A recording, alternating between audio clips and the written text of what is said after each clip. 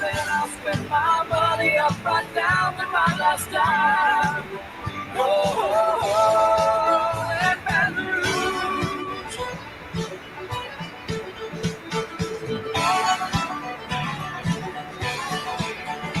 Ah, Miranda, won't you put me on? We gotta send my love down to Baton Rouge area. Put her on the line, I gotta talk to the girl just one more time. Oh, and Baton Rouge, sweet Baton Rouge, my Baton Rouge.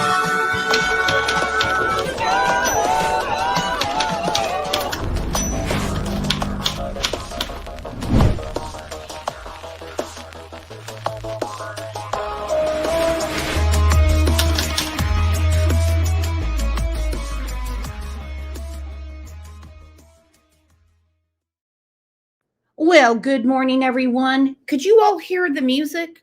I think I messed something up because I didn't load it into the StreamYard.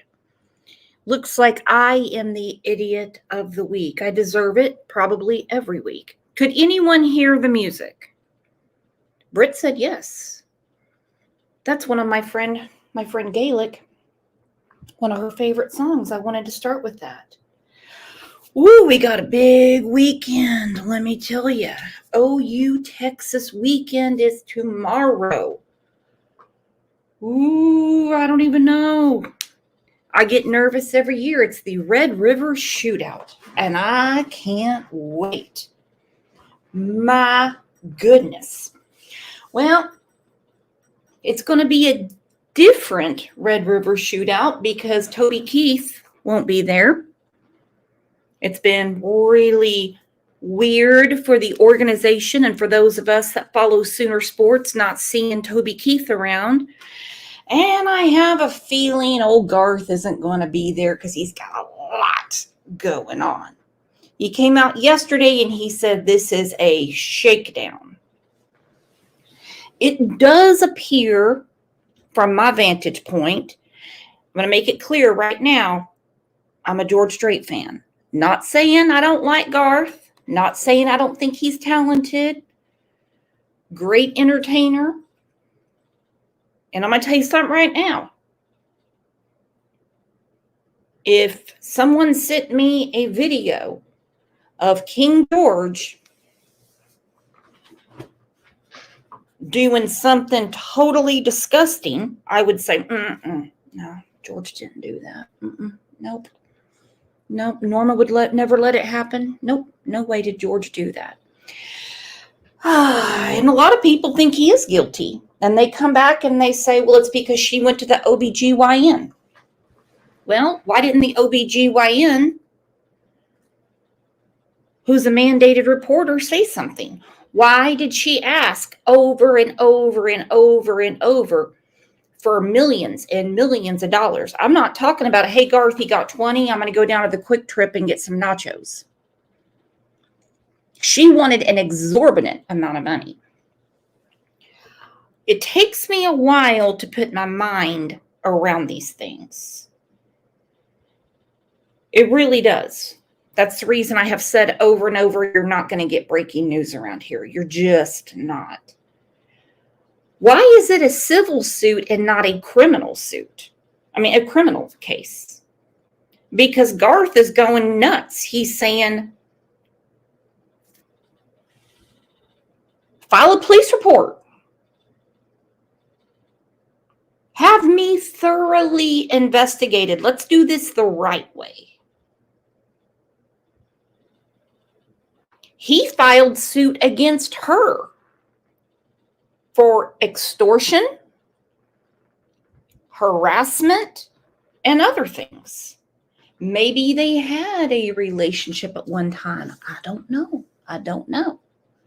And if a woman says, look, I'm done with your fat ass, Garth, then that doesn't mean it keeps going. But what I heard on my local news this morning is that the DA in Rogers County is actually looking at criminal charges against her for financial crimes and extortion. We will just have to see how all this goes down. First, let's take a minute and welcome all our friends and say, oh, thank goodness it's Friday.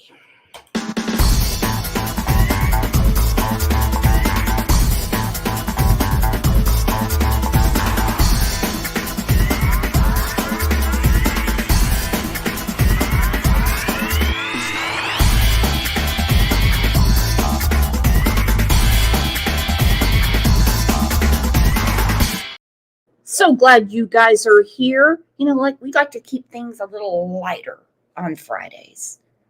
One reason is I don't want, people all wound up on the weekend going, oh my gosh, I can't believe what I heard, on Friday. There's plenty of people to do that. So let's start going through this. Remember here, you guys are the judge and jury. You are. Remember, doctors are mandated reporters, so if she went to this OBGYN because of an SA, a horrific assault, police would have been notified. I don't understand what's going on here. And also, we're talking about Fat Garth, okay? He's not the P. Diddy of Nashville. He's not the P. Diddy of Keatonville Hill, Oklahoma. I've seen Garth many times. Well, I've seen him in concert a couple of times, but I mean like, in person. Whether he's eating at Hugo's in Claremore, which, by the way, doesn't make him not guilty. I would say it was like 2012, maybe. I was at the Quick Trip on Highway 66. If you know, you know. Because the road kind of wise, so then you have old Highway 88 behind it, and then, of course, you have Route 66. Well, across the street from the Quick Trip is our old Walmart before we had the Super Center. That became what's called an Atwoods. It's basically like a ghetto Tractor Supply, okay? This chicken escaped the Atwoods. Garth ran across the highway to save the chicken. They were stopping traffic and everybody. Claremore police was out there and they were like, stop, stop, stop. Garth's getting the chicken. And I'm sitting there going, what the fuck? They already have a 100% kill rate. But he chased that damn thing all over the place to save the chicken and get it back into the Atwoods. Something else, I'm telling you, something else. He went to college with my Aunt Susie. And she said really all he did was just play his guitar and run track. She's like, he was just always a weird dude. Again, I don't know what happened between him and the hairdresser. I just know if somebody needs $5 million to soak their sorrows in, there might be a little more to it. And anyone that has ever been to an Atwoods knows exactly what I'm talking about when I said it's a ghetto Tractor Supply. It is. Naming names. Let's address the elephant in the room. The 62-year-old country singer just filed an amended complaint that reveals the name of his accuser. The singer's name is listed as Troyal Garth Brooks. Well, that's his name. His name is Troyal Garth Brooks. But what's going to come out, let me tell you, when people say, oh, I can't stand gossip, I can't stand gossip. Look, it is Oklahoma. All right, I grew up with a generation of people that all claimed to be related to Reba, okay? Okay? So they hear this, and the fact that they want this civil complaint to be heard in a courthouse in Rogers County, Oklahoma. God. Sorry, my side hurts. Look. the same courthouse when Garth built the cancer center at St. Francis. He wanted it named after his mom. Well, someone didn't get the memo and they named it after him. There's Garth going, I don't got boobies. It was supposed to be named after my mom who died of breast cancer. He goes to Rogers County, Oklahoma, sues the hospital back and got all his money back. So if they think she's going to go in there and say, but I told my OBGYN, no, that's not going to work that way. We have to have more solid proof than I've been hustling him for money for 18 months. And I know some people are going to get really mad at me. Like, whose side are you on? Whose side are you on? That type of thing. Thing is, I don't know. Not till all the facts come out. Now, this woman also tried this with another country singer. She said he was inappropriate with her. Well, he just was like, get the hell out of here. Go on. Get the fuck out. Next thing you know, she's trimming Garth's beard, saying that Trish, when she was done with her cooking show, was watching him do the horizontal boogaloo. Well, we'll see how it goes. We are blurring the accuser's name because she says she's the victim of a sexual assault. Now attorneys for Brooks' accuser are slamming the country music star. Garth Brooks just revealed his true self. Out of spite and to punish, he publicly named a rape victim with no legal justification. There's no police report. There's no criminal report. Why should her name be protected? She is suing him for money, not for medical bills, not for psychiatric help, not for anything like that. Nothing like that. Danny Dane said, shoot, why didn't she take some of that golden semen to the police station with her? No shit. Did no one learn from Monica Lewinsky? The blue dress with the presidential spooge on it? We heard about forever and a day. She didn't get dry cleaned because she smelled it and slept with it and rubbed it on her face. Did nobody learn from Monica?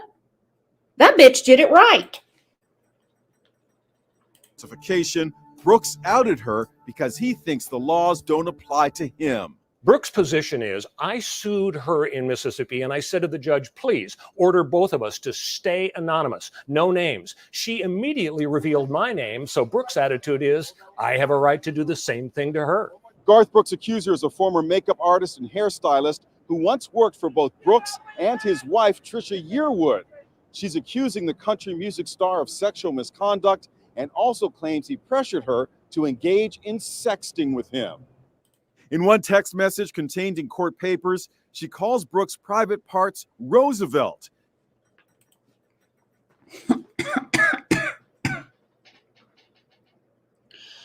Sorry, I got coffee coming out my nose. She calls his unit Roosevelt. Brainworms said, I used to see him once a week while working at PetSmart off of 71st in Tulsa back when he lived here in Claremore. He still does live in Claremore. He's out on Keatonville Hill. Roosevelt. God. And he is a very flirty person because when I worked at Pixley Lumber, he was in there all the freaking time. One time he was in there returning a ceiling fan. Returning a ceiling fan. And he would stand around and talk forever and a day. You ought to see him at Hugo's. He is a different character. Roosevelt. God. I call the unit attached to my husband Little Greg. I couldn't imagine naming it after a president. Slang for a perfect 10. Brooks allegedly replied, I'll take that nickname. Thank you. I love you. Along with crying, laughing, and heart emojis. In his weekly Facebook chat with fans, Brooks had this to say about the controversy. Lots happened in the last 2 weeks. This thing is on. It's going to happen, and people are telling me it could be up to 2 years. That's all we can say about it. Brooks denies the allegations, saying they're part of a malicious scheme to blackmail him for millions of dollars. Listen, ladies, if somebody won't take no for an answer, even if we're talking about chicken chaser Fat Garth, if they won't take no for an answer, you get the hell away from them and you file a police report. He's begging for one. He wants a criminal complaint. The statute of limitations is nowhere near over. So why doesn't she file a report? And the thing is, whatever he's suing her for, she don't have. She don't have it. And these attorneys, they're doing this what's called on a contingency basis, which means whatever they squeeze out of Garth, they get 40% of. Well, my goodness, I don't even know where to begin with this. And I know a lot of people are already saying he's flat out guilty. Don't know. Wasn't there. Don't know. I just know if somebody is after someone for money, and then they fire them and file their own suit, I'm just looking at the paper trail.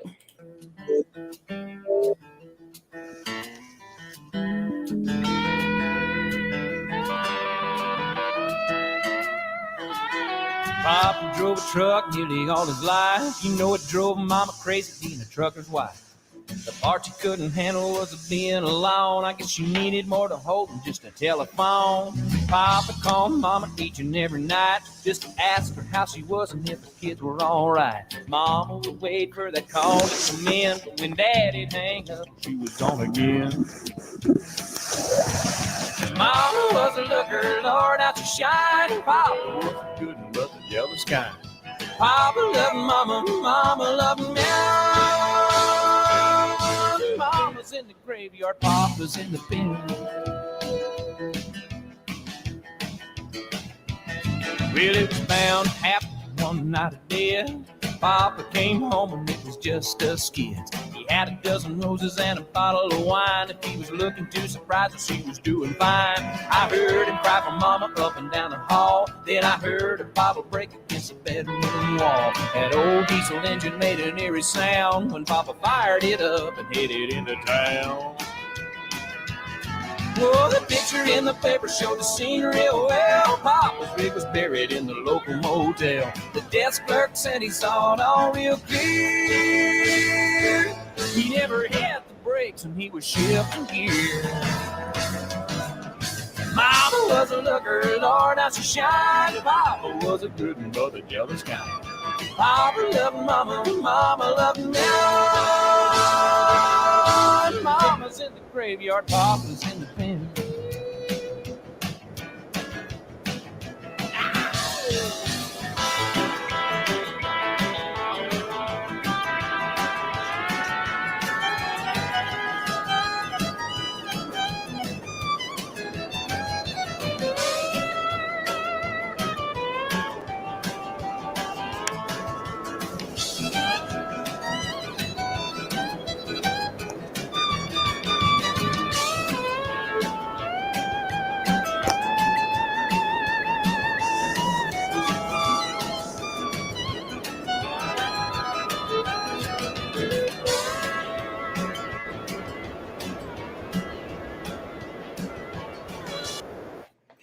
That is such great graphics. I wish I could have worked for MTV at one time.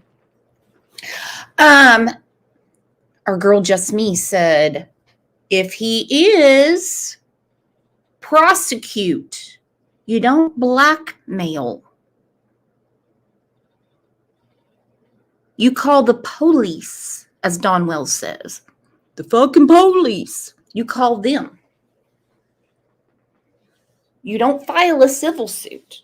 You don't blackmail. You don't try to extort. Okay? You get a criminal prosecution going. That's what you do. And it sounds to me like she might have tried and no one's biting because the evidence isn't there. But if she went to the OBGYN after this attack, then she has medical records. And that doctor is mandated to inform the police that there is someone in my office complaining of injuries from a sexual assault. It doesn't matter what the patient says. And I know some people will say, oh, no. No.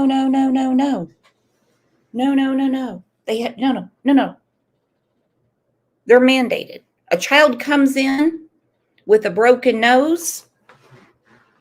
You don't get to say, oh, doctor, just fix it and don't tell anyone. A woman comes in ripped to shreds. She doesn't get to say, don't tell anyone. There has to be an investigation. It is the law. Last 2 weeks, let's address the elephant in the room.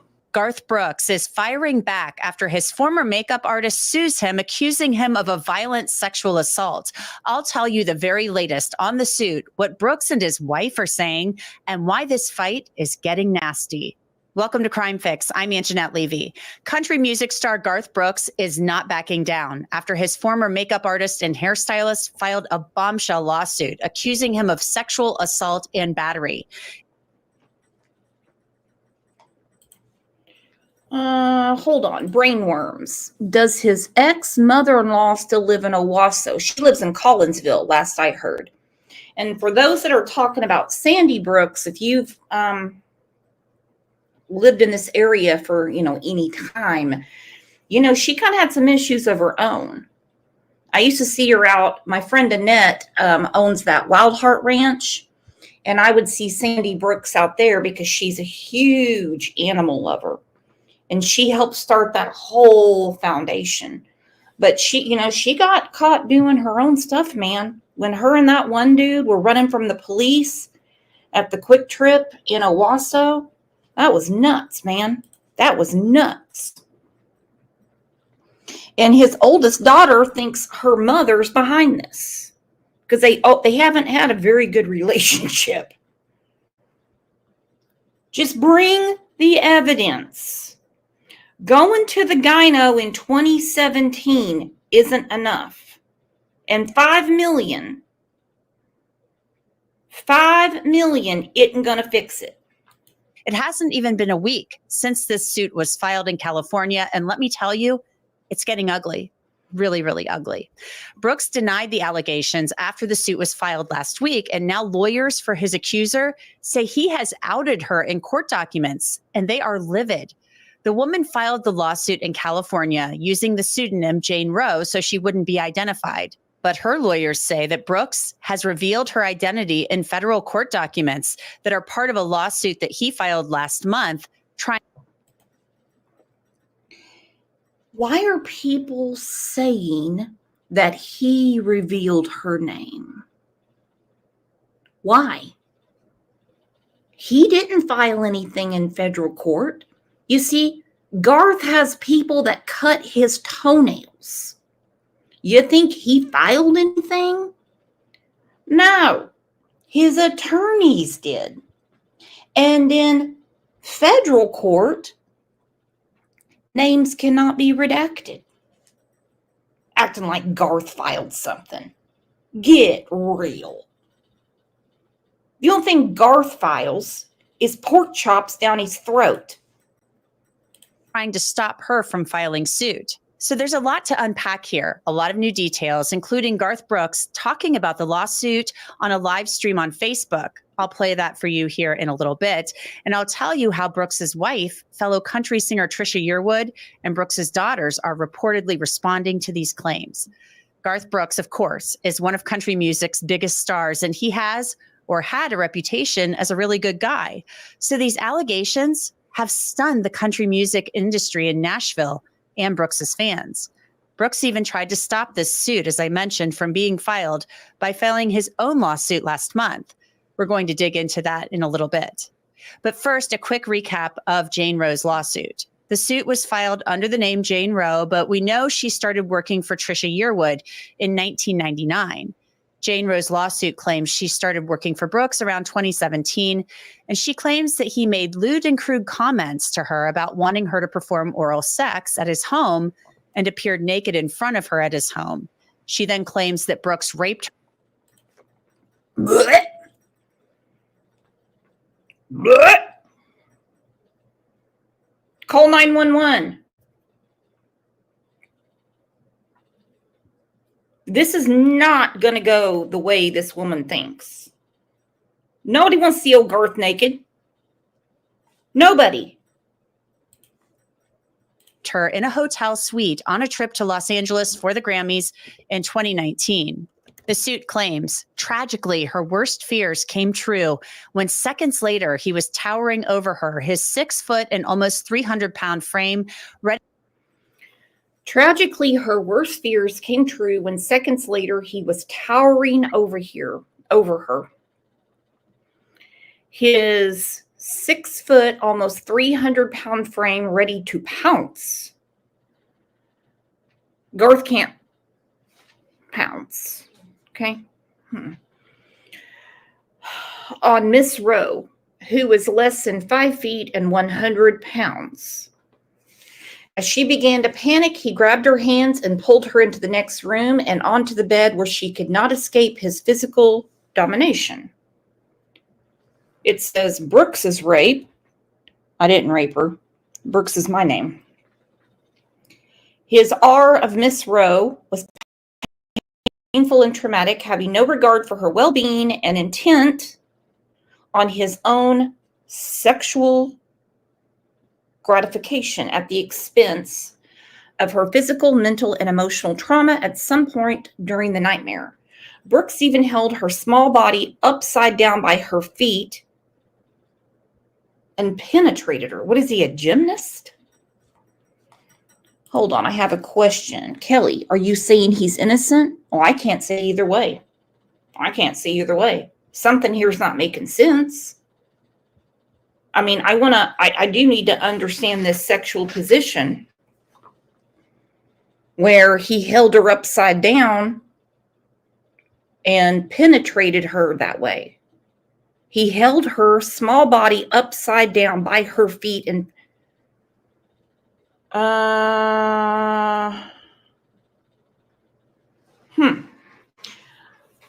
let me see when DT Driver gets home if we can try that, and I'll let you all know because I have a feeling it doesn't work that way, but all right. Ready to pounce on Ms. Roe, who was less than 5 feet and 100 pounds, as she began to panic. He grabbed her hands and pulled her into the next room and onto the bed where she could not escape his physical domination. Brooks's rape of Ms. Roe was painful and traumatic, having no regard for her well-being and intent on his own sexual gratification at the expense of Ms. Roe's physical, mental, and emotional trauma. At some point during the nightmare, Brooks even held her small body upside down by her feet and penetrated her. Jane Roe's suit says she went on to do Brooks's makeup and hair for the Grammys, but later went to the OBGYN for injuries that she suffered after that assault. Now, the night that this suit was filed, Garth... Okay, no victim blaming here, but I do have some questions for the OBGYN. Why on earth, when she went to the OBGYN for injuries due to this sexual assault, was the police not contacted? Because doctors are mandated reporters. If someone is in the doctor's office, presents to the ER, the urgent care, I don't know, and they have some kind of unexplained injury, hey, they're the doctors. They're trained to see these things. But she said she presented to the OBGYN. I have a lot of questions for this doctor because of her injuries, and nothing was done.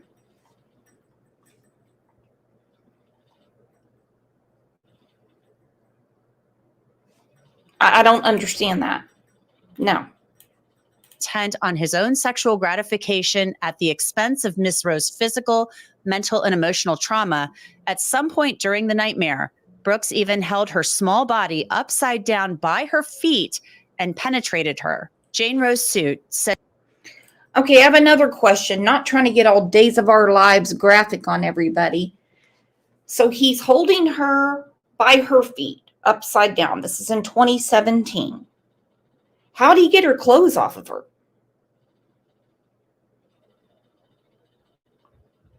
I'm assuming when he approached her in the room, when he got out of the shower, she wasn't sitting there naked. But he pulls her into the next room and he holds her up by her feet and penetrates her upside down. How did he get her clothes off of her? What is going on here? How did he get her underwear off of her? Let's say she had on a sundress. He needs more than two hands for what they are portraying here. And I'm not saying it didn't happen. Says she went on to do Brooks's makeup and hair for the Grammys, but later went to the OBGYN for injuries that she suffered after that assault. Now, the night that this suit was filed, Garth Brooks performed at his residency at Caesar's Palace in Las Vegas. He posted that night on Instagram, "If there was ever a night that I really needed this, tonight was the night. Thank you for my life. Signed G." Brooks denied the allegations in a statement, saying in part, "For the last 2 months, I have been hassled to no end with threats, lies, and tragic tales of what my future would be if I did not write a check for many millions of dollars. It has been like having a loaded gun waved in my face." The statement continued, "Hush money, no matter how much or how little, is still hush money. In my mind, that means I am admitting to behavior." Okay, let's talk about this. He's saying hush money, no matter how much or how little, is still hush money. In my mind, that means I'm admitting to behavior I'm incapable of. Now, the incapable part has to do with an issue he has below the belt. You see, he has some issues he has spoke about on his channel. He has some issues getting little Garth to stand at attention. So either when he was in that shower, he took an ass load of Cialis and got out and grabbed her by the ankles. I want to know, with this horrific assault, how she made it to the Grammys. But he says that means I'm admitting to behavior I'm incapable of. Ugly acts no human should ever do to another. I'm not saying you didn't do it. It's just looking real weird. Looking real weird. I can't get up. I'm going to call DT Driver right now, and I'm going to ask him if he's going to hold me up by my ankles. I am incapable of, ugly acts no human should ever do to another. And Monday night, he actually spoke briefly about this on Facebook Live. Take a look. Lots happened in the last 2 weeks. Let's address the elephant in the room, shall we? This thing is on. It's going to happen, and people are telling me it could be up to 2 years. Okay, so my suggestion is we all take a deep breath. We all just kind of settle in, and let's hold hands and take the trip together. Okay. Because it is something that you cannot talk about. It's not, that's all we can say about it. So for those who joined us tonight to hear about that, I bid you a wonderful rest of your night. I guess that's the last we can say about it. So Brooks didn't say much there. He said he couldn't, but he certainly made it sound like he's in this for the long haul. In fact, he tried to stop this lawsuit from being filed in the first place when he filed a complaint in federal court in Mississippi last month. That suit stated, specifically on July 17th, 2024, an attorney acting at defendant's direction sent plaintiff and others with whom plaintiff professionally works an ostensibly confidential demand letter alleging a litany of sexual misconduct by plaintiff, ranging from allegations of sexual grooming, creation of a sexually hostile work environment, unwanted sexual touching, and sexual assault. All of this needs to be investigated by the authorities, as Garth is requesting. Grateful Glow, she said, I'm a new subscriber and drinking my coffee and listening. My husband is home from work this morning because of an accident on the interstate. Is he a truck driver? Is he okay? He just said, what are you listening to? Buckle up, Grateful Glow. The conversations we have around here are very rarely PG-13. Sexual grooming. Creation of a sexually hostile work environment. I'm not going to say the name of the company, but back in 2010, I had a boss that would not leave me alone. I mean, he wouldn't leave me alone for nothing, and I just wasn't in the fucking mood for him one day.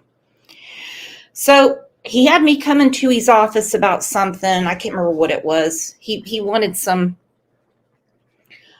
I don't know, something stupid that he didn't even need. And since it's an airline, you can immediately lock the doors. Well, guess what I did? I flipped his fucking desk over and the bookshelf and made a big old racket to where people came and got me. And guess what? They fired me for damaging property of the company. Either way, didn't bother me. I was like, kiss my ass. Sexual grooming, creation of a sexually hostile work environment, unwanted sexual touching. And I'm going to screenshot this. So next time my husband pisses me off, I'm going to use these words to him. Defendant also alleged a belief that plaintiff planned to hire someone to murder her. The July 17th demand letter was the first time plaintiff learned of these allegations, none of which has any basis in fact. Now, the lawsuit filed by Jane Roe did not include this alleged murder plot. And now the accuser's name has been revealed in an amended complaint filed by Brooks in federal court. Brooks explained in emotion why he was doing this. Plaintiff is the victim of a shakedown when Jane Roe threatened to publish lies about him, intending to blackmail plaintiff into paying her millions of dollars. Plaintiff filed this lawsuit to preserve his reputation, establish the truth, and put a stop to her scheme. For the sake of his family, Plaintiff is the victim of a shakedown when Jane Roe, now remember, her name is out there. I'm not going to put it on my channel, but it's because it was filed in federal court. When Jane Roe threatened to publish lies about him intended to blackmail plaintiff into paying her millions of dollars, plaintiff filed this lawsuit to preserve his reputation, establish the truth, and put a stop to her scheme. For the sake of his family and out of respect for her family as well, he titled this action John Doe versus Jane Roe. Well, they had to put his name out, but they put her name out too. Now, some people say, well, he continued to pay for her medical and all this stuff. He has lots of employees. He pays for everyone's medical. That doesn't make her special. That doesn't mean that she was the favorite. He pays for everyone's medical. Probably needs to up that medical, because I mean, I've seen the shit that Trisha cooks on her show. Garth don't need that. And out of respect for Roe's family as well, plaintiff titled this action John Doe versus Jane Roe.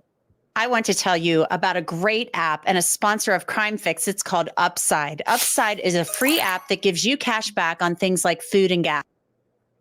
Naming him as the defendant after he had asked the federal court to allow him to file his complaint using pseudonyms. While plaintiff's motion to proceed under a pseudonym was pending and before it was even fully briefed, Roe's counsel, Douglas Wigdor, revealed to CNN that plaintiff was world-famous musician and humanitarian Garth Brooks. CNN published Roe's counsel's on-the-record quote on October 3rd, 2024, 2 days after Roe represented to this court, that she purportedly respects this court's authority to decide whether Mr. Doe can proceed under a pseudonym. Her unilateral decision to usurp that authority shows otherwise. Brooks said that Jane Roe was once a trusted member of his team, but then she devised a malicious scheme to blackmail him for millions of dollars after he rejected her request for salaried employment and medical benefits. Now, the attorneys for the accuser are firing back in a statement of their own. They're furious. Attorneys for Wigdor LLP wrote, Garth Brooks just revealed his true self. Out of spite and to punish, he publicly named a rape victim. With no legal justification, Brooks outed. Why do they have a picture of Beer Belly Garth running? Garth Brooks just revealed his true self. Now, I did see him running that one day when he was chasing that chicken across Highway 66. But he just revealed his true self. See, this is a problem. When someone defends themselves or they bite back and they don't just sit in the corner in their own shit and take it, they're suddenly the bully. He publicly named a rape victim. He didn't. He's not a lawyer. They probably just ran it by him and said, we're going to file this. And he said, oh, yeah, okay. And he signed it. And that was it. He trusts these people. He didn't file shit. We will be moving for maximum sanctions against him immediately. File a police report. Please. He's asking for her to. File one. Wherever she says this happened. Las Vegas, San Diego, LA, Mississippi, Rogers County, Oklahoma, wherever. File a police report and make sure your OBGYN communicates. Her because he thinks the laws don't apply to him. On behalf of our client, we will be moving for maximum sanctions against him immediately.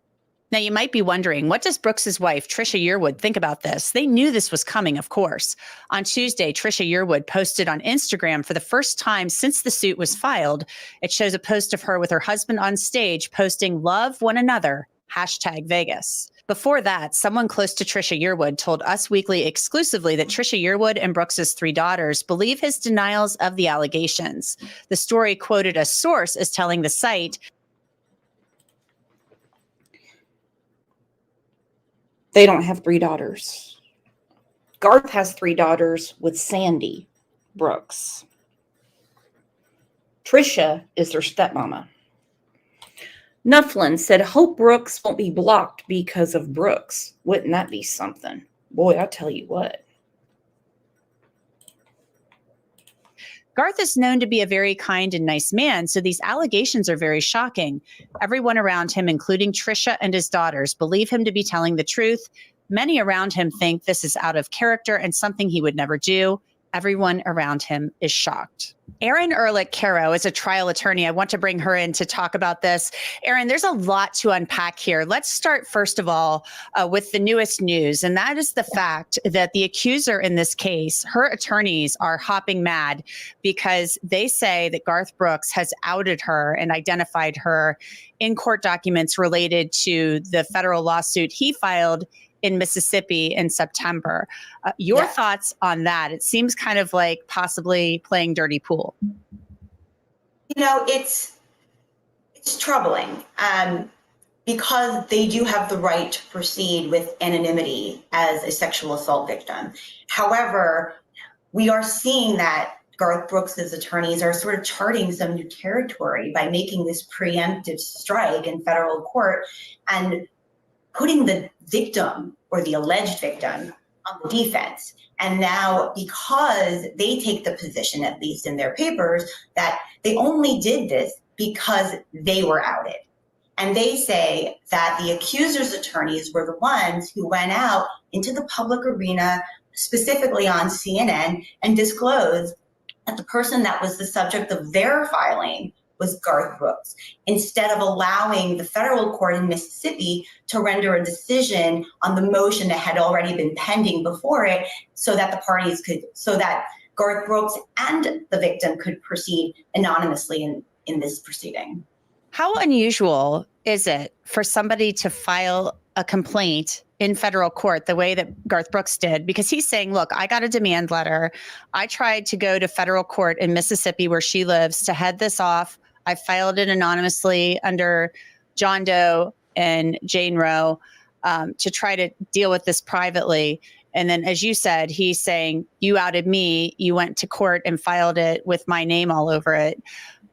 But how unusual was that for him to go to court to preemptively try to head this off? I mean, I don't know if I've ever seen such a thing in all my years covering these cases. Well, his own words were he was tired of being extorted. He was tired of being asked for money. He was tired of being blackmailed. So he filed his own suit. He's the one that brought this out, not her. She was forced to have to file her own suit.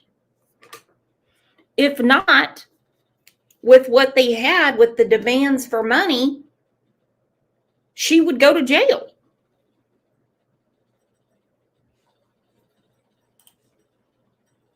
It's unusual. And this is, you know, it then sort of raises this interesting question about the public policy, or who are we protecting here? Who do we need to protect here?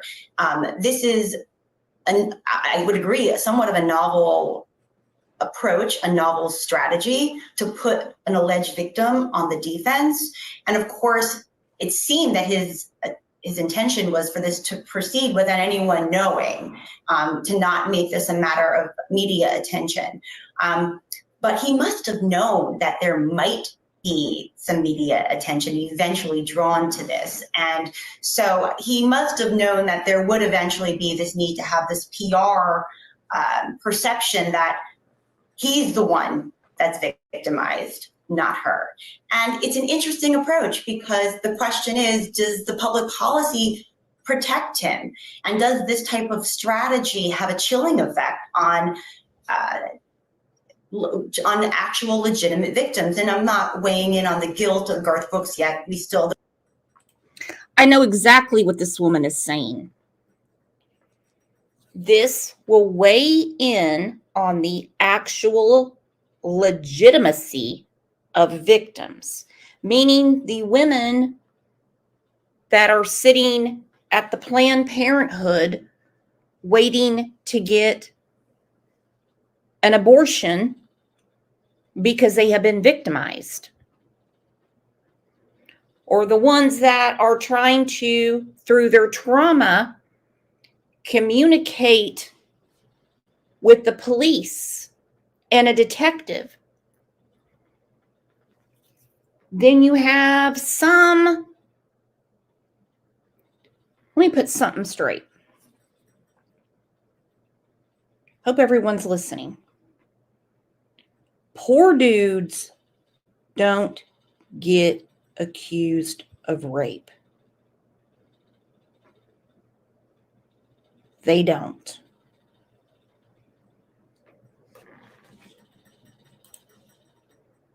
There's a lot that remains to be seen, but let's assume for the conversation that he's innocent. Even if that were true, do we want to have this blueprint for attorneys protecting high-powered and high-profile individuals so that they can try to cut off the legs of a legitimate victim? And you know, it's interesting. It's a little troubling, but at the same time, I think he feels like he's been backed into a corner. It almost seems to me like a legal declaration of war. I mean, they're already at war. I mean, this is a very, I mean, the allegations in this suit are terrible. You know, what Jane Roe is. Hello, let me clarify. Good morning, Cats Life. Debbie said they do, because I said poor dudes don't get accused of rape. She said they do, but no one cares. I'm saying for money. For money. Because this has been going on for a good 18 months. I'm gonna just take a leap right here and say, yeah, I have a feeling they had a little something going on. I have a feeling they did a little more than trim his beard and put that just for men in it so it didn't have any gray spots. But the money.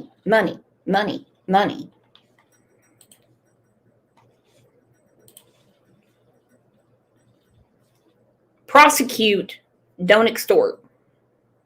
Alleging. I mean, and Garth Brooks is somebody who kind of has this, I won't call it a squeaky clean image, but he certainly has this kind of like, hey, I'm a country boy, you know, I'm your buddy, kind of everyman country star who gets up on stage, he plays his guitar, his wife goes on tour with him. So he's certainly concerned, and he said as much in his suit about his public image. And he's denied these allegations, but on the other hand, she's saying, I have audio recordings, I have text messages to back up my claims. She's even claiming that she went to the OBGYN after this alleged assault in May of 2019 because she claims she suffered injuries. So there's going to be a lot to sort out here, but this seems like intense, scorched earth warfare here, legally speaking. It is, and you sort of wonder if there was an attempt, and you know, I can imagine Garth Brooks wasn't thrilled at the demand letter he received in July, which, you know, obviously we haven't seen it, but it's based on the filings. It seems that it was, you know, here's what these types of cases are, where the awards are, multi-million-dollar awards, you know, pay up or we're going to file this suit. But someone with like Garth Brooks with such deep pockets, it's interesting that he didn't make the choice to just pay her to go away, to take the risk that this would actually. Okay, that's my question. He doesn't have a lawyer. He has basically a law firm that works for him. People that will go to the grave with whatever's going on. Why didn't he just have her sign something and say, there you go. There's your $5 million. You don't want to play wheelbarrow sex anymore? We don't have to. There's your money. Nobody needs this. So move along. But instead, he said, hush money is hush money. And I'm not going to admit to something I didn't do. Play out in the court of public opinion, which I think sometimes is more harmful than the court of law. It's interesting that he made that choice, particularly when he's built such a squeaky clean image, as you said, and he's, you know, arguably worked hard to build his career and to protect his family.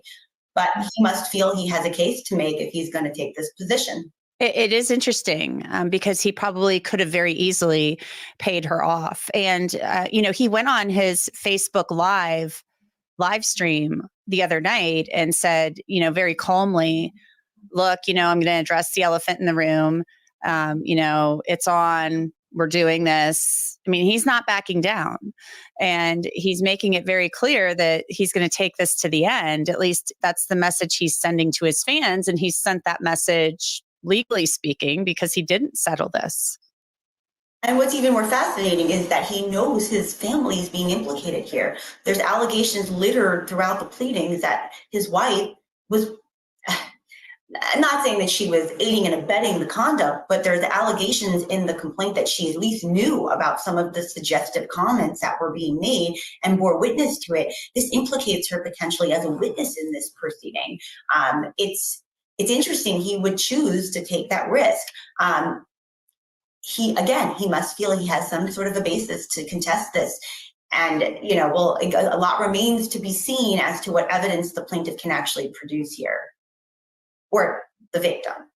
Let's talk about Trisha Yearwood, because as you mentioned, she is mentioned throughout. You are exactly right, Debbie. Debbie said everyone thought Bill Cosby's victims were liars and only seeking money too. I personally did not. Reason being is because it was a criminal trial and he actually went to jail. Also, there was many people with the same story. Now, how the hell he got out, I will never know. But there is a big difference between criminal and civil. Civil is someone recouping some type of money or they feel like they're owed money. Criminal means someone's going to the pokey. No pun intended.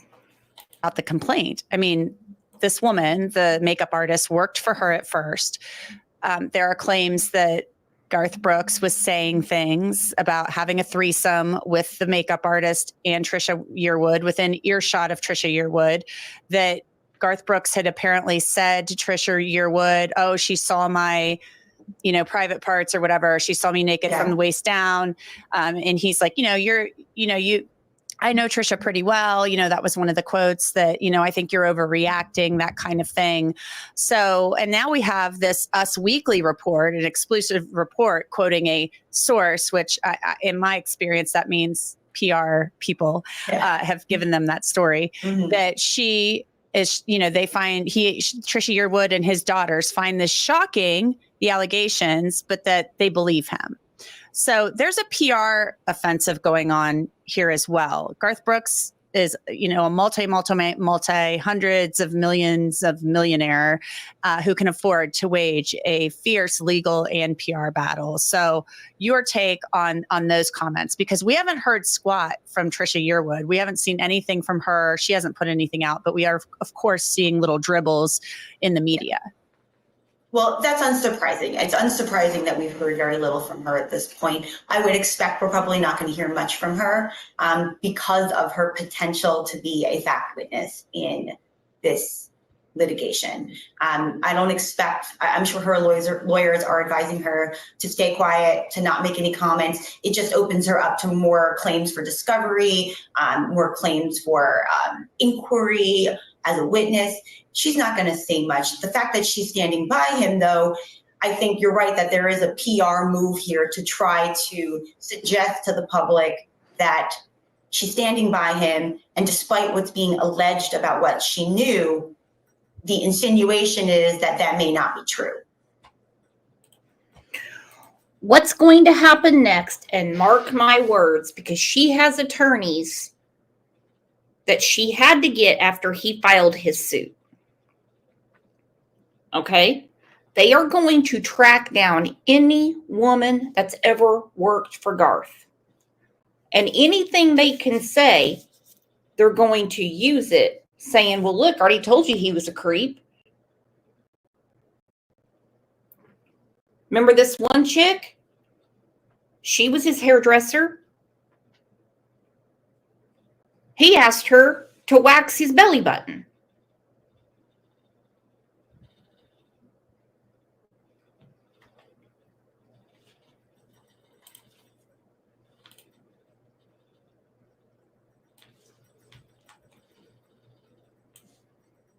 all began in this media hoopla that we now have sort of seen coming to light. And, you know, I think it's going to get a bit nasty, but these types of cases are always very difficult. They're by nature, they're sensitive. They involve a lot of people, intimate. It's embarrassing. It's a lot of claims being made, and people's emotions are running really high. And this is just unfortunately what you get in these types of cases. Hopefully, though, everyone can proceed with dignity in these courts, and we treat each other with respect, and we don't let this become a circus. Yeah, most certainly. Erin, thank you so much for coming on. Oh, it's already a circus. I just have an inkling that what went on was consensual until it wasn't, and he didn't feel like paying her any money. Remember, he's worth like $500 million. $5 million's nothing to him. But he flat out said, I'm not doing that. Not doing that.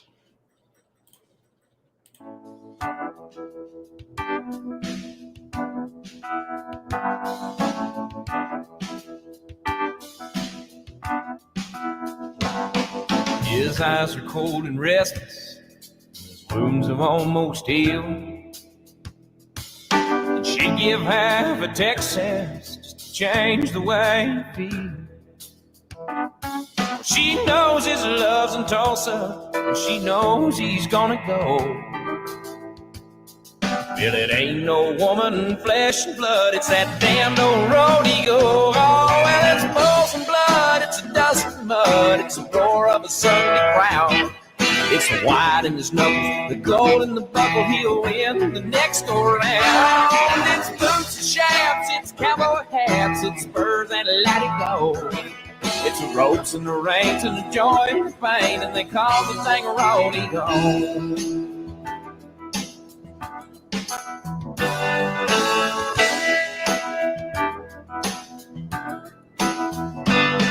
She does her best to hold him when his love comes to call. But his need for it controls him, and her back's against the wall. And it's so long, girl, I'll see you when it's time for him to go. You know the woman wants her cowboy like he wants his rodeo. Oh, well, it's bulls and blood, it's a dust and mud, it's the roar of a Sunday crowd. It's the white in the knuckles, the gold in the buckle, he'll win the next go round. It's boots and shafts, it's cowboy hats, it's spurs and let it go. It's the ropes and the rain and the joy and the pain, and they call the thing a rodeo.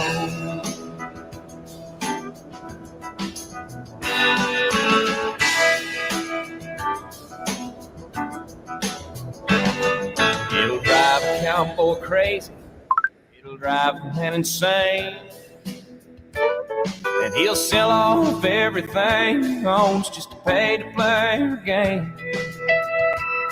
And a broken home and some broken bones is all he'll have to show for all the years that he spent chasing this dream they call rodeo. Oh, well, it's bulls and blood, it's a dust and mud, it's the roar of a Sunday crowd. It's the white in the knuckles, the gold in the buckle, he'll win the next go around. It's boots and shafts, it's cowboy hats, it's spurs and let it go. It's the ropes and the reins and the joy and the pain, and they call the thing a rodeo. It's the broncs and the blood, it's the steers and the mud, and they call the thing rodeo. Wow, wow.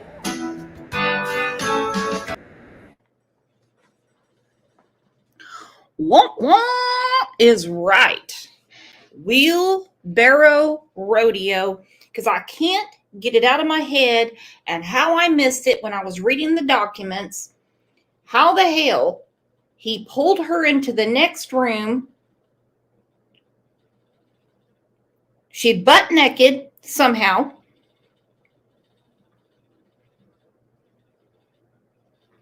but he holds her up by her ankles and penetrates her. I'm going to call DT driver. Do y'all have a second for this?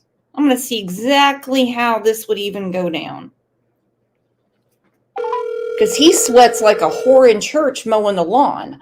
I couldn't imagine him grabbing me by the ankles and getting the nasty done.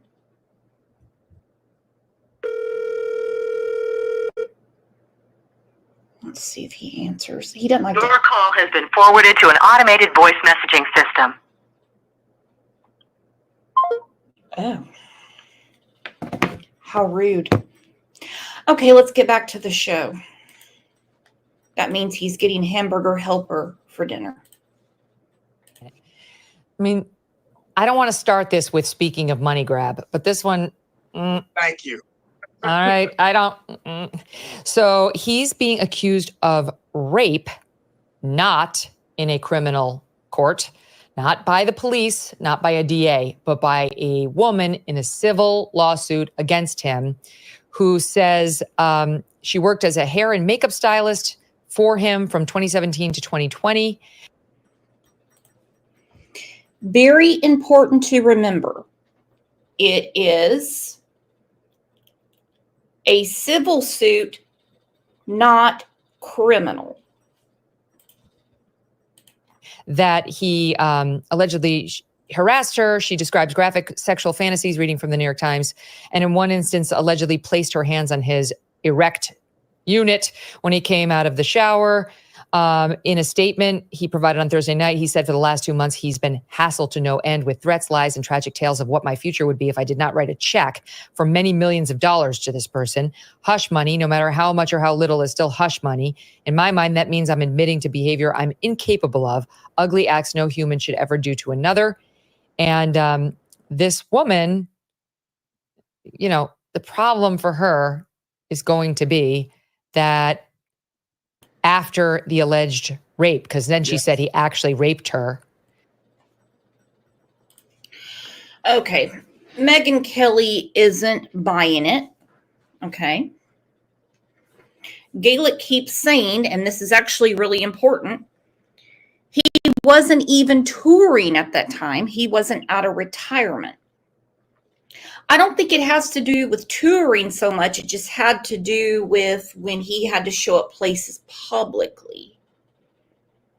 And he was presenting at the Grammys.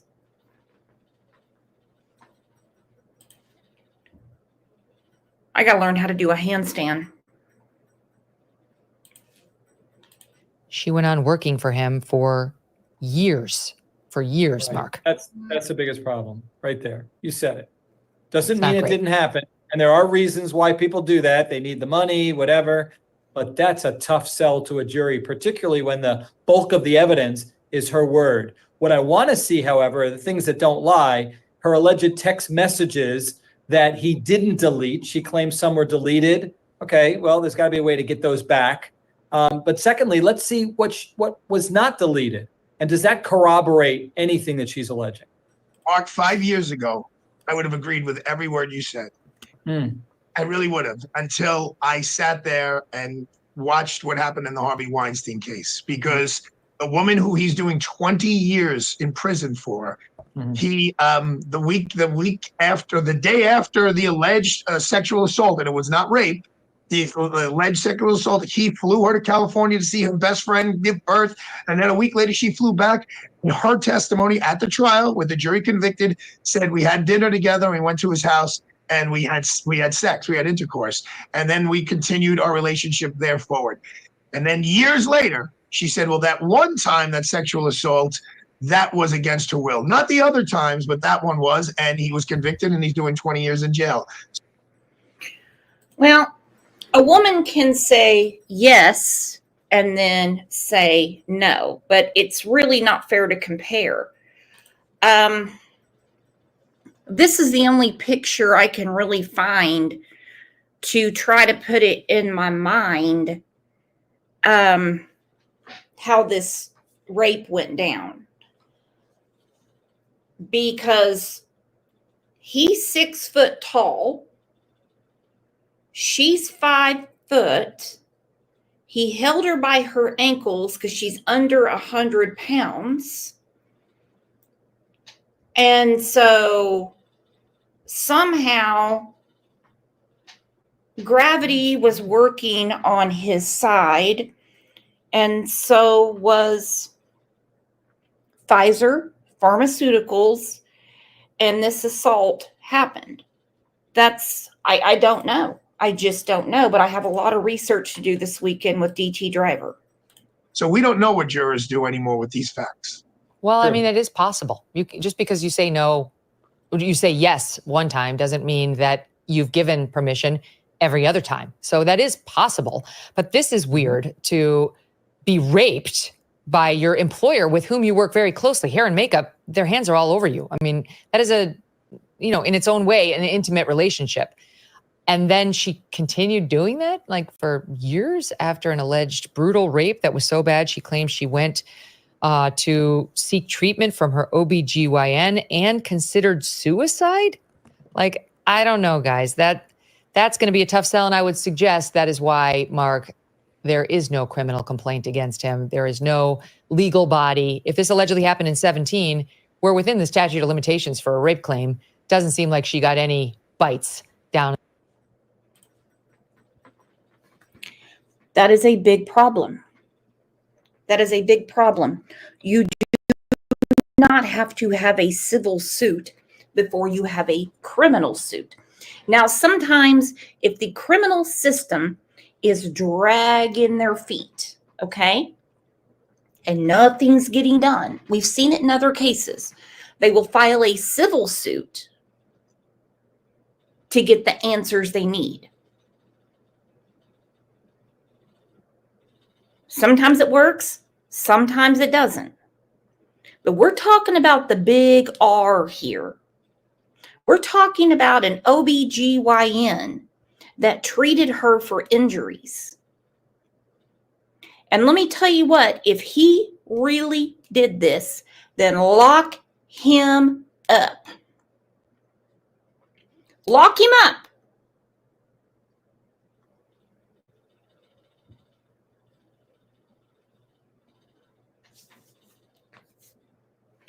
But I have to have money first, and then we'll get to the criminal stuff. I have a feeling if $5 million fell in her lap, we'd never hear another word about it. He's probably kicking his own fat ass right now that he didn't just write that check and get the hell rid of her. At the police station, if she ever even went. Proof beyond and to the exclusion of every reasonable doubt is a very high burden. Getting money from someone in the civil arena, 51%, kind of low. And my guess is that the cops said there just isn't enough here. He probably had a great lawyer to argue on his behalf. It didn't happen. And so there's reasonable doubt. A prosecutor looked at it and said, I'm likely not going to get a conviction. And if he can show that she's shaking him down for money, you add that to the list of things that she did, including returning to intimately put makeup on his face. That doesn't mean she's lying, but it just makes it a tougher sell to a jury. He went into civil court first and tried to get a declaration that he didn't do this while she was trying to shake him down. I mean, whether it happened or not, but I'm trying to get him to pay. He went in and tried to keep it anonymous and get a declaration that his identity would be protected and that the woman's accusations against him were false. And then this week, it looks like she responded and argued that that lawsuit was a preemptive move to silence her. Then she filed her complaint, naming him. I mean, I will say one thing, Arthur. I don't love his denial. And my Phil Houston spy the lie background tells me it's not a great denial, saying if I, basically hush money, saying in my mind, that means I am admitting to behavior I am incapable of. Ugly acts no human should ever do to. Okay, there's two dudes on the panel with Megyn Kelly, okay? Women, we got it easy. All we have to do is get some lube if we're having a problem, and we just can present our organs, if you know what I mean. dudes have a little harder problem, and it's not always hard, if you know what I mean. So for Garth to say something I'm incapable of, he means physically, okay? It's no secret, okay? Trisha's not in that kitchen all the damn time trying to perfect chicken fried steak because little Garth works, all right?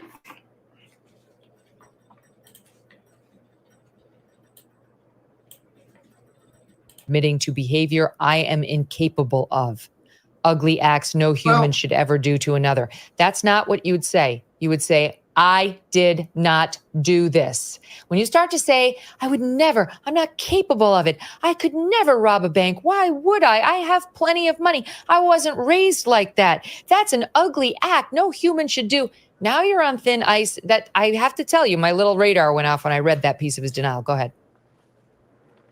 Well, as you know, I represent our mutual friend, Alan Dershowitz, who was accused of a sex act. And I've been very unsuccessful in getting him to shut up about the denial. Same. And Same. Look, the bottom line is he admitted to me when we figured out it's. And Garth didn't write that. He didn't write that. We're not talking about normal ass people. Okay, we're not talking about people that buy their own groceries, pay their own bills. He doesn't even know how much his electric bill is from Public Service of Oklahoma. He doesn't know. He didn't write that statement. Everything has been crafted by his attorneys. Like when they say he put her name out. You think Garth's a lawyer now? You think Garth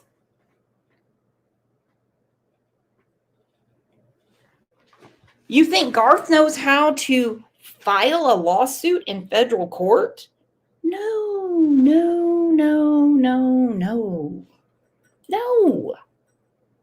Settlement here, and he said, I don't think I'm going to be able to keep my mouth shut but he used some of these terms like I would never do that. Nobody should do that. She was clearly a troubled person and she was taking advantage of it. And blah, blah.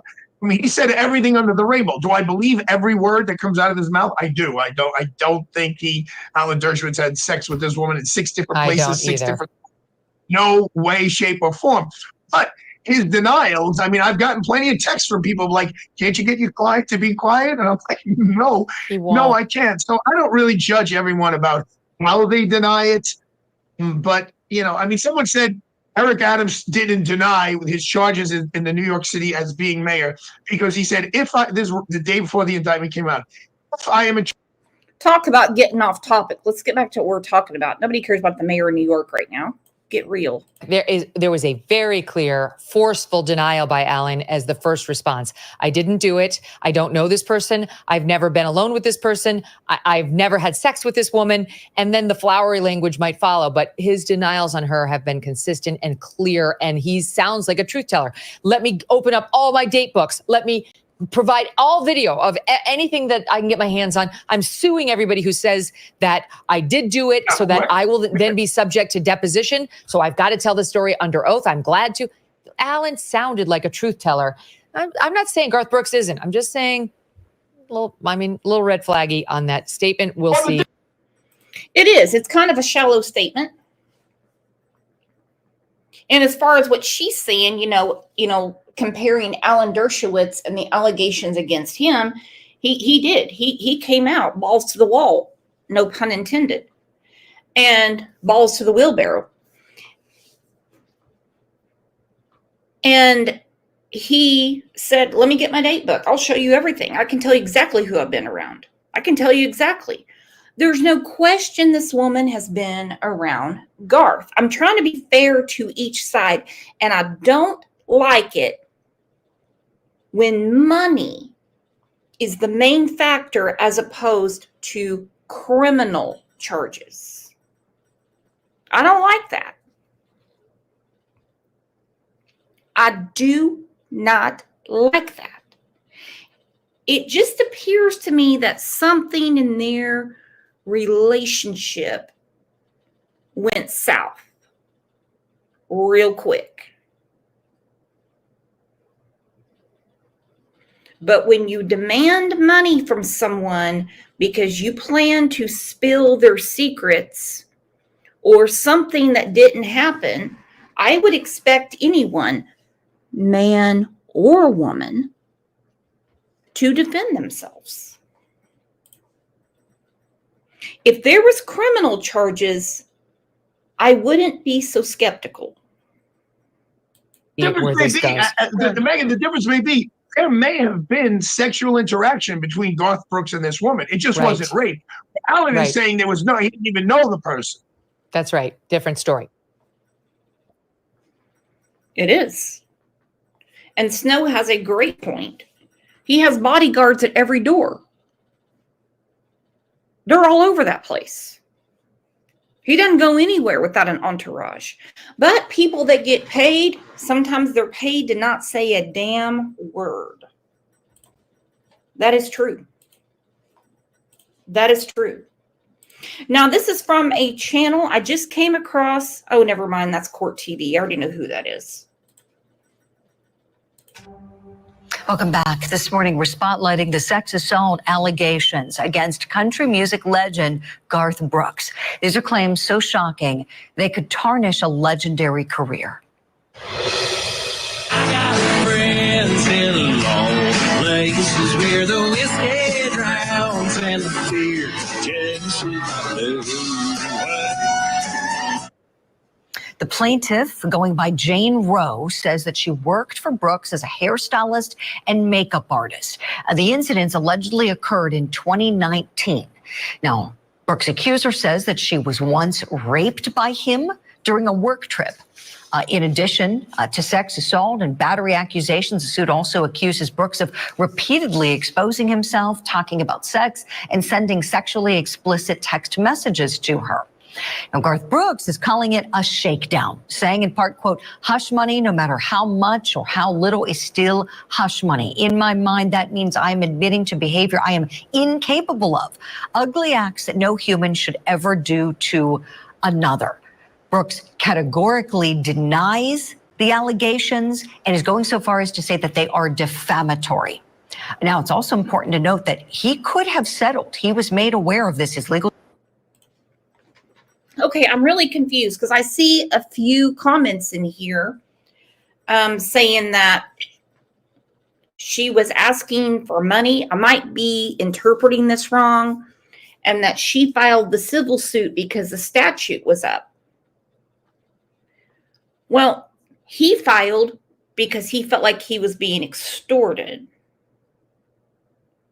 And the statute in California, if that's where this happened, it's 10 years. This is 2024.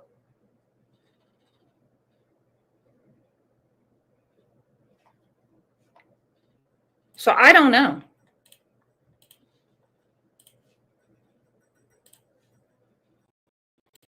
Team was made aware that the suit was going to be filed, and he chose not to settle. He chose to file his own suit, albeit anonymously, did not include his name, and it just said he's a very famous musician with fans around the world and a large fortune, and that he denies these allegations, and if they're allowed to be put forth in a lawsuit, that it would damage his reputation, his career, and harm his family.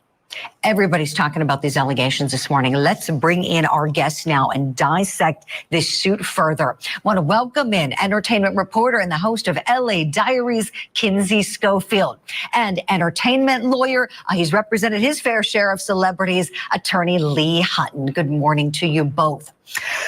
Okay, I want to show you a few of the portions of this suit that are getting a lot of people talking and scratching their heads this morning.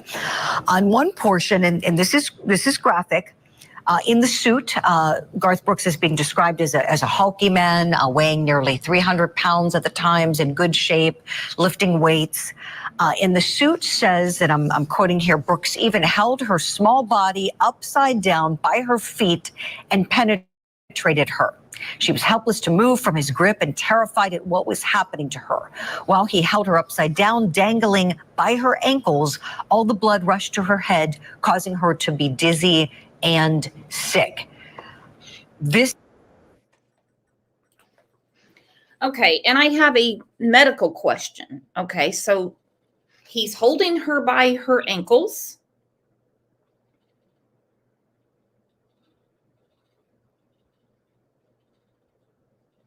Somehow she got out of her clothing. He forces her. She's dizzy and she's sick. All right. Well, then how did she get herself together to put makeup and get him ready to present at the show he was going to?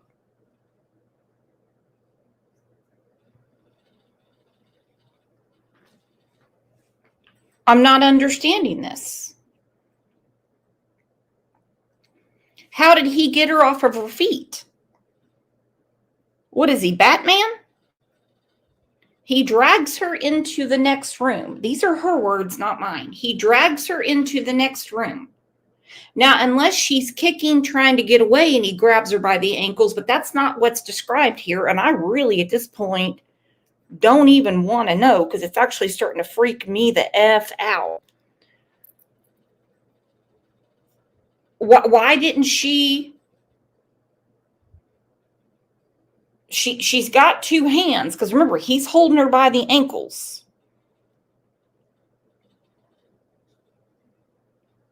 So where's her hands? Where did her hands go? He's no ninja.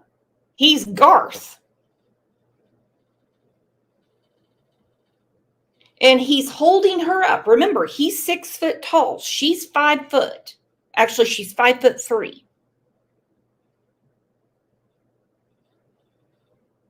So, how exactly did he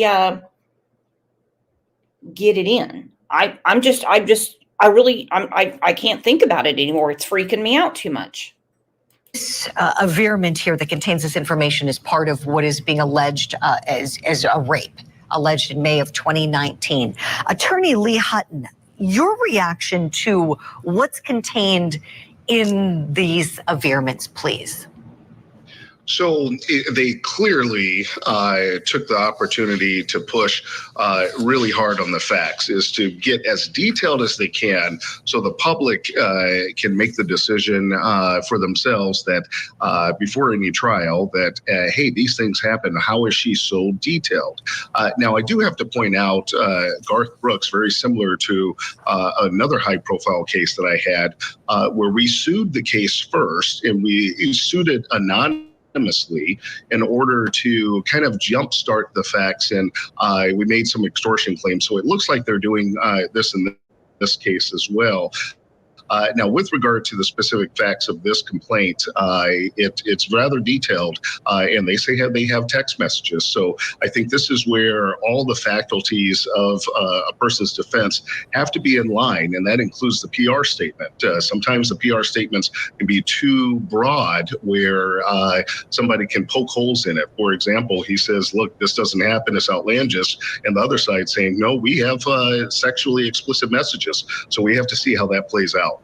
Definitely, Lee. Thank you for all of that. And speaking of, I want to bounce this off of Kinsey next, please. So we have pulled from the suit some of the messages that were included by this plaintiff in her allegations. And we're going to put them up on the screen to take a look together here. And she's saying that she said over the phone to Brooks, quote, I want to make sure that even though I've told you no, that you're cool with no. I mean, no as in no fooling around like we had done. You're cool with that, right? This is what I've been waiting for.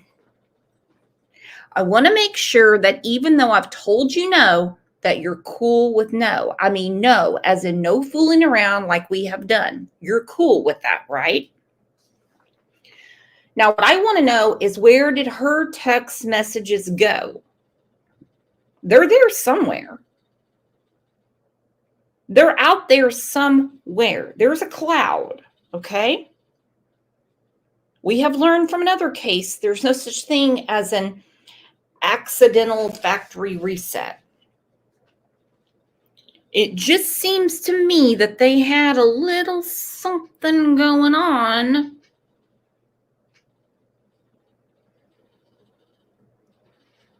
And it just kind of went south. Debbie said, I don't know who is guilty, but not calling anyone a liar or laughing at what they've said. I'm just trying to put it together, Debbie, and I mean it. I'm just trying to put it together. We're obviously missing a lot here. We're missing a lot.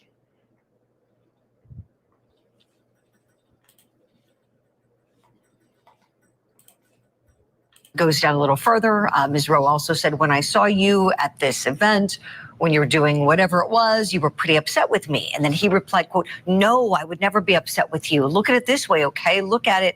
The best way I can explain it is me and you broke into a jewelry store. And the second we broke the door, we looked at each other and said, this isn't right. But we had already broken the door. And so I think me and you get out and run and just hope that nobody ever finds out and just love one another and be friends. Is very odd. Very odd. He says, we just need to love one another and be friends. Is that fair? Okay, but that was until she started asking for money, because everything is dated. Now I think about Trisha's Instagram post where she highlighted Vegas and said, just love one another.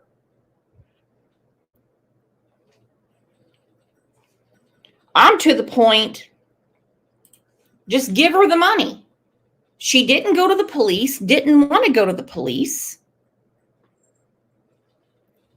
If it went down the way she says it went down, wheelbarrow style, and her OBGYN a week later had to help her with her injuries, then she should have a criminal case.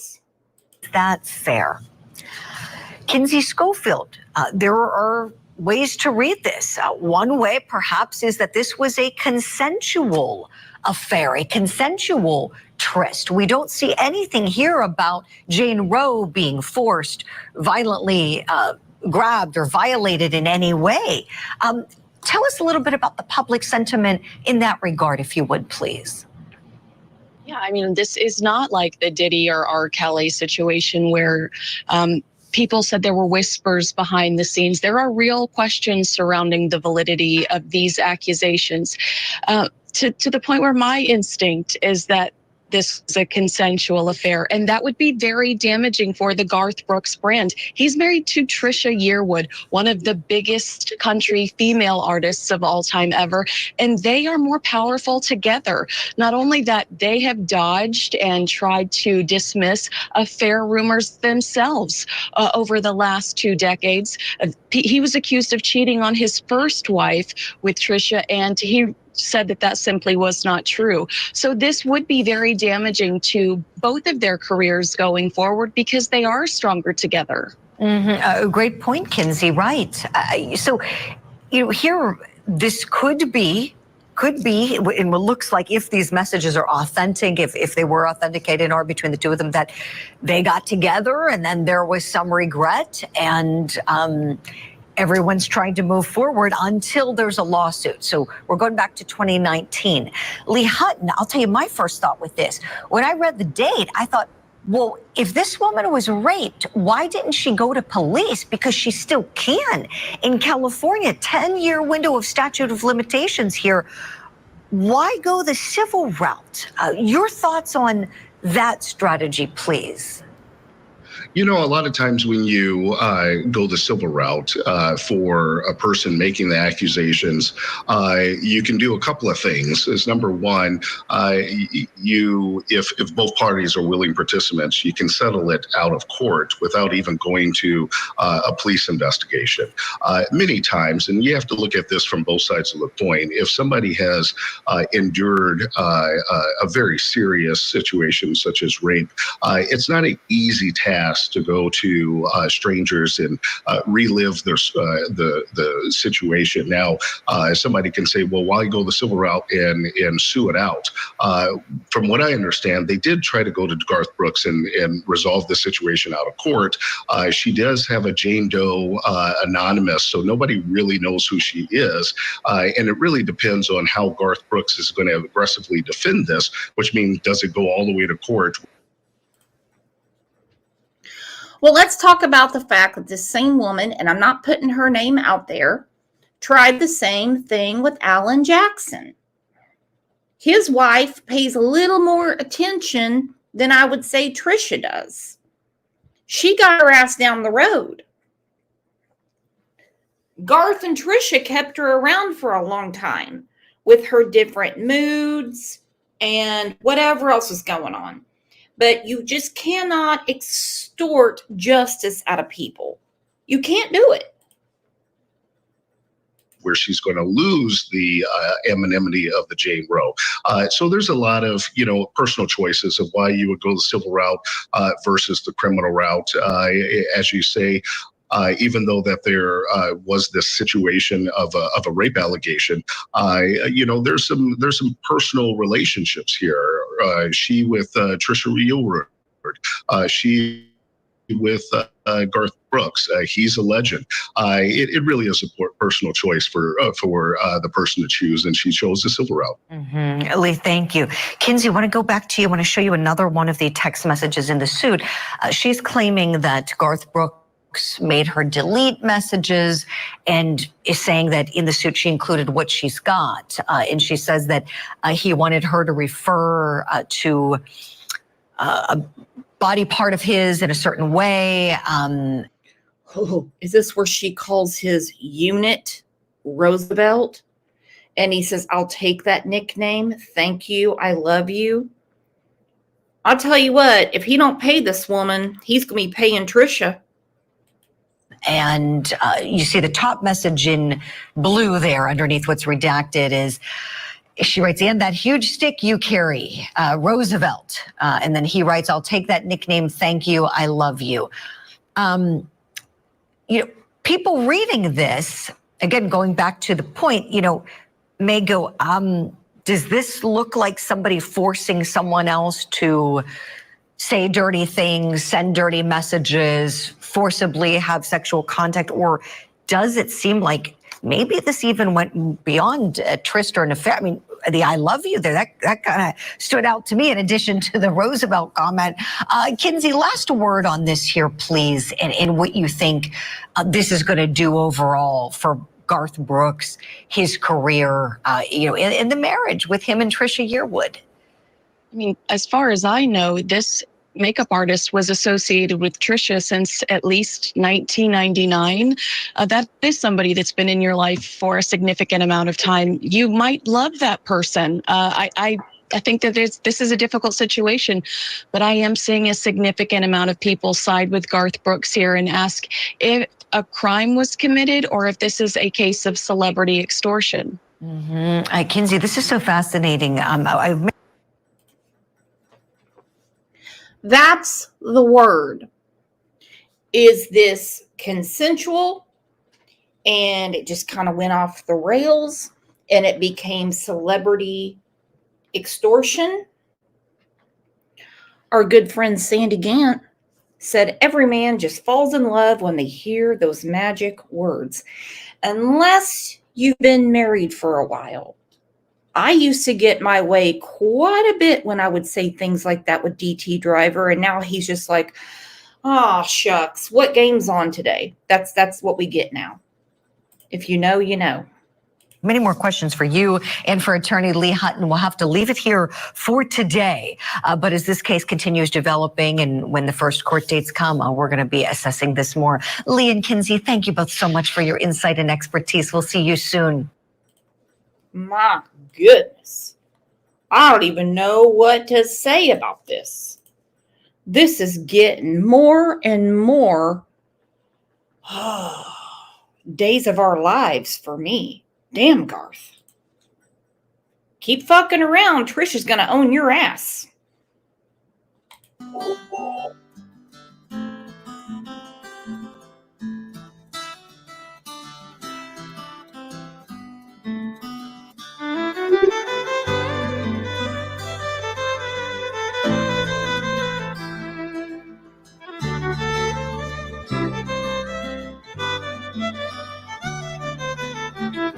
This old highway's getting longer. It seems there ain't no end in sight. Sleep would be best, but I just can't afford the rest. I got a ride in Denver tomorrow night. I called the house, but no one answered. For the last 2 weeks, no one's been home. I guess she's through with me. To tell the truth, you just can't see what's kept a woman holding on this long. And the white line's getting longer, and the saddle's getting cold. I'm much too young to feel this damn old. All my cards are on the table with no waste left in the hole. I'm much too young to feel this damn old.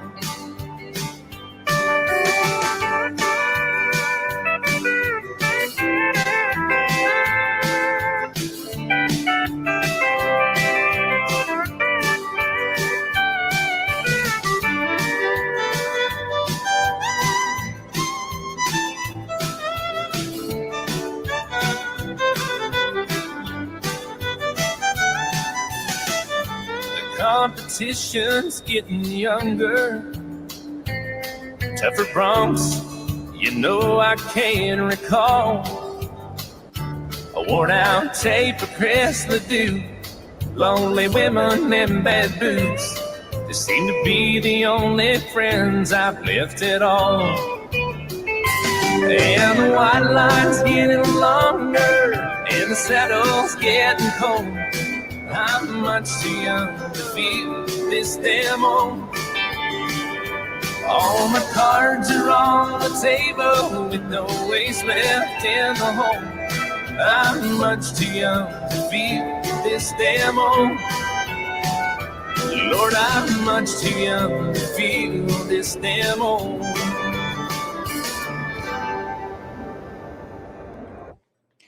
For real. No one's getting any younger, and my goodness, you can't take a U-Haul to heaven or hell with you. So do the best you can every day. Britt, this is what stuck out to me too. The competition's getting younger. Isn't that for sure? Well, I tell you what, you guys, this has been a great show, and I'm so glad that everyone brought different things to the table, different opinions. Let me look at the poll real quick. Do you believe Garth is guilty and should pay? 17% said yes, 83% said no. Ooh. I saw a couple people say, well, how is this going to end? It's going to end with a check.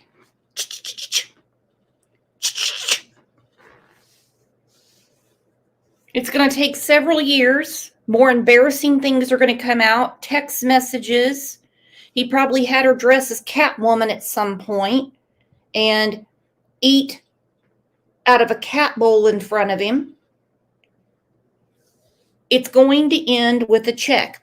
All of this hoopla is to keep Trisha in the chicken. And that in the chicken. Sorry, I was thinking about him chasing that chicken in the kitchen.